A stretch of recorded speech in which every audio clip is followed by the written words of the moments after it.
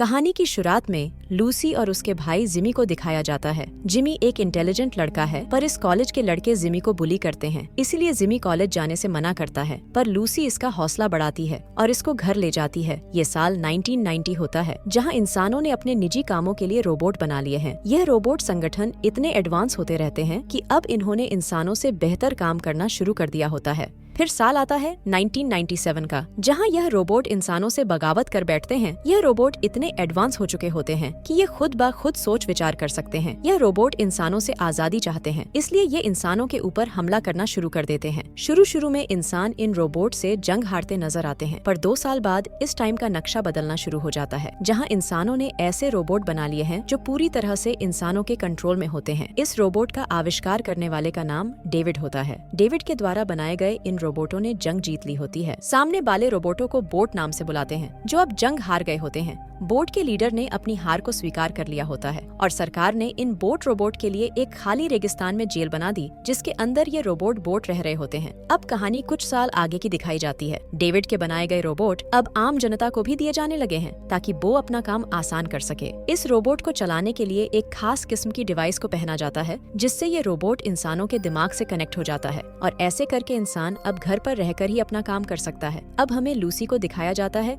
जो किसी के घर में रह रही होती है। लूसी के मॉम, डैड और भाई एक कार एक्सीडेंट में मारे गए होते हैं, इसलिए लूसी की कस्टडी इस आदमी ने ले ली होती है, जिसको सरकार की तरफ से अच्छा खासे पैसा भी मिल रहा होता है। आधी रात को जब लूसी की सो रही होती है, तभी यहाँ पर बोट रोबोट आ जाता है, जिसको इंसान अपना दुश्मन समझते हैं। लूसी इस रोबोट को देखकर डर जाती है। यह रोबोट लूसी को एक फोटो की मदद से अपनी पहचान बताता है, जो कि कोई और नहीं बल्कि लूसी का भाई होता है। लूसी इससे बोलती है, तुम तो बहुत पहले मर चुके थे, तो वापस कैसे आ सकते हो? लूसी का भाई बताता है, मैं अभी भी जिंदा हूँ और मेरा शरीर एक चश्मा पहनने वाले डॉक्टर के कब्जे में है। लूसी अब अपने भाई को बचाना चाहती है, इसलिए ये बोट रोबोट के इलाके में जाना चाहती है, जहाँ इसको वो डॉक्टर मिलेगा। लूसी अब एक ट्रक का पीछा करते हुए उसके घर पे जाती है। इस ट्रक मालिक के पास भी एक बोट रोबोट होता है, जो किर्श की मदद करता है। लूसी छुप के किर्श और इसके रोबोट की बातें सुन रही होती है, और तभी लूसी का भाई, जो कि एक रोबोट होता है, इसके हाथ से एक अलार्म बटन दब जाता है, जिस वजह से किर्श लूसी को पकड़ लेता है। लूसी किर्श को बताती है, इस रोबोट में मेरा भाई है और मेरा भाई का शरीर उस डॉक्टर के हाथों में है। मैंने तुम्हारा पीछा इसलिए किया ताकि तुम मुझे उसके लैब तक लेकर जाओ। अब क्योंकि किर्श के पास में एक बोट रोबोट है, जो कि सरकार की नजर में इल्लीगल है, लूसी का पीछा करते करते यहाँ पर एक एजेंट आ जाता है, जो कि बोट रोबोट को मारने में माहिर होता है, और वो इन लोगों पर हमला करने लगता है। ये सब इससे बड़ी बहादुरी से मुकाबला करते हैं और लास्ट में ये इसको चकमा देकर पहाड़ के उस साइड आ जाते हैं, जहाँ पर बोट रोबोट का अड्डा होता है। बोट इन लोगों पर हमला करके इनको पकड़ लेते हैं और अपने लीडर के पास लेकर जाते हैं। लूसी बताती, हम लोग तुमसे लड़ने नहीं आए हैं, हमें बस उस डॉक्टर का पता चाहिए जो यहाँ छुप के बैठा है, जिसके कब्जे में मेरे भाई का शरीर है। अब ये लीडर इनको डॉक्टर के पास लेकर जाता है। अब डॉक्टर लूसी के सामने होता है, इसलिए ये गुस्से में अपने भाई का पता पूछती है। डॉक्टर बताता है कि मेरे पास तुम्हारे भाई की बॉडी नहीं है, तुम्हारा भाई एक तरह से ब्रिलियंट है, उसका दिमाग काबिले तारीफ है। डॉक्टर बताता है, जब बोट रोबोट ने अपनी बगावत की तो तुम्हारे भाई के दिमाग से इन सारे रोबोट को हराया गया था, और उसी के दिमाग को यूज करके डेविड अपनी कंपनी चला रहा है। और जब मैंने तुम्हारे भाई को आजाद करने की कोशिश की, तो डेविड ने मुझे कंपनी से निकाल के इन रोबोट के साथ बंद कर दिया। और तभी यहाँ पर डेविड के रोबोट आ जाते हैं और वो लूसी के भाई के रोबोट को ले जाते हैं, क्योंकि लूसी के भाई का आधा दिमाग इस रोबोट में होता है, जिस वजह से डेविड के रोबोट ठीक से काम नहीं कर रहे होते हैं। लूसी अब अपने भाई को बचाने के लिए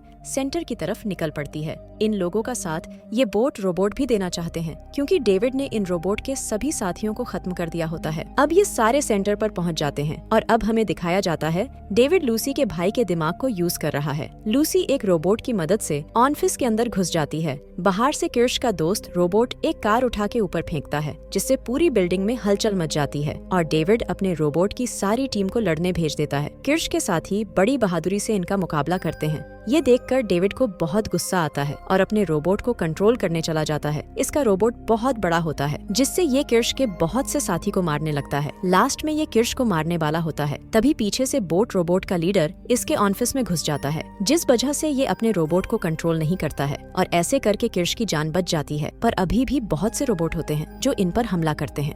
इधर हमें लूसी को दिखाया जाता है, जो अपने भाई के चैम्बर में घुस जाती है और अपने भाई के दिमाग से कनेक्ट हो जाती है। इसका भाई बताता है, इस जंग को रोकने का सिर्फ एक ही रास्ता है, तुम्हें मुझे जान से मारना होगा, मेरे दिमाग को डिस्कनेक्ट करना होगा। लूसी ना चाह के भी अपने भाई के लाइफ सिस्टम को हटा देती है और तभी बाहर के सारे रोबोट अपना काम करना बंद कर देते हैं और ऐसे करके लूसी अपने सभी साथियों की जान बचा लेती है। फिल्म के लास्ट में डेविड को जेल भेज दिया जाता है क्योंकि उसने लूसी का भाई को खेल का खिलौना बनाया था। और लास्ट में लूसी सभी लोगों को आपस में रहने के लिए बोलती है क्योंकि रोबोट जब से लाइफ में आए लोगों ने फिजिकल लोगों में रहना छोड़ दिया था। और इस प्यारी सी एंडिंग के साथ इस मूवी का एंड हो जाता है।